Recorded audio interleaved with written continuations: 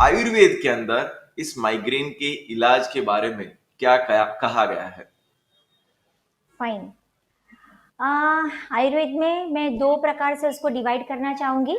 एक तो प्रिवेंशन है और दूसरा क्योर है। ठीक है। जनरली आगे के वीडियोस में हमने देखा है कि पित्त प्रकृति वाले कैसे होते हैं, वात प्रकृति वाले कैसे होते हैं, कफ वाले कैसे होते हैं। जनरली जो पित्त डोमिनेटिंग नेचर वाले होते हैं, गुजराती में हम बताते हैं कि मार डालो, तोड़ डालो, फोड़ डालो, है ना। जो चाहते हैं वो करने वाले, बहुत ही अंदर से anxious personality, they are having good leadership quality, but जो चाहते हैं उसमें वो दिमाग लगाए रखते हैं। तो उनका नेचर इतना डोमिनेटिंग होता है, इतना वाइल्ड भी होता है कि एक बार सोचा, एक बार ठान लिया कि ये मुझे करना है और इतने बजे करना है, तो वह वो करके ही रहेंगे। तो जनरली ऐसा है कि ऐसे नेचर वाले को, जो ज्यादा सोचते हैं, तत्व चिंतक है, राइटर्स है, इंटरनली भी उनकी सोच चलती ही रहती है, ऐसे लोगों को यह डिसीज होने की पॉसिबिलिटीज बहुत ही ज्यादा है। दूसरी महत्व की चीज कि जनरली जिनका स्ट्रेस लेवल बढ़ा हुआ है, जिनका बायोलॉजिकल क्लॉक डिस्टर्ब है, खाने का टाइम, सोने का टाइम, उठने का टाइम पूरा डिस्टर्ब है, उसमें एक रेगुलरिटी मेंटेन नहीं है, वैसे लोगों को भी यह चीज होने की पॉसिबिलिटीज ज्यादा है। कई लोग ट्रैवलिंग ज्यादा करते हैं, धूप में ज्यादा जाना होता है, रात को जगना ज्यादा होता है, वैसे लोग भी they are more prone to disease. So ये एक पॉसिबिलिटी है। अभी जैसे हितांश जी ने बताया कि ट्रीटमेंट क्या हो सकती है। ट्रीटमेंट को भी हम अलग अलग हिस्से में डिवाइड कर सकते हैं। सबसे पहले है प्रिकॉशनरी बेस।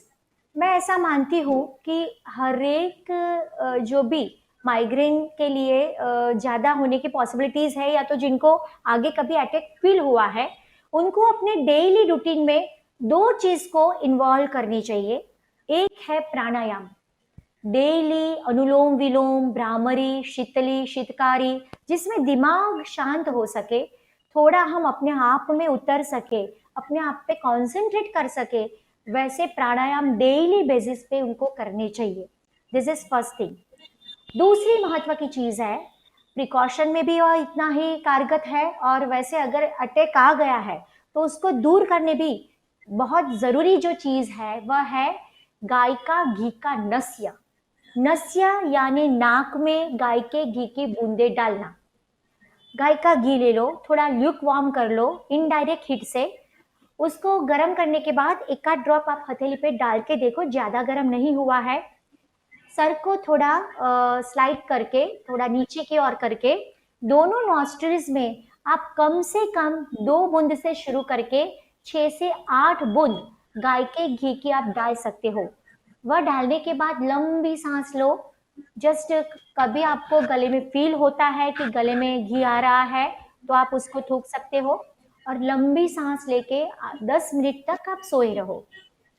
इसे कहते हैं गाय का घी का नस्य, गो घृत नस्य।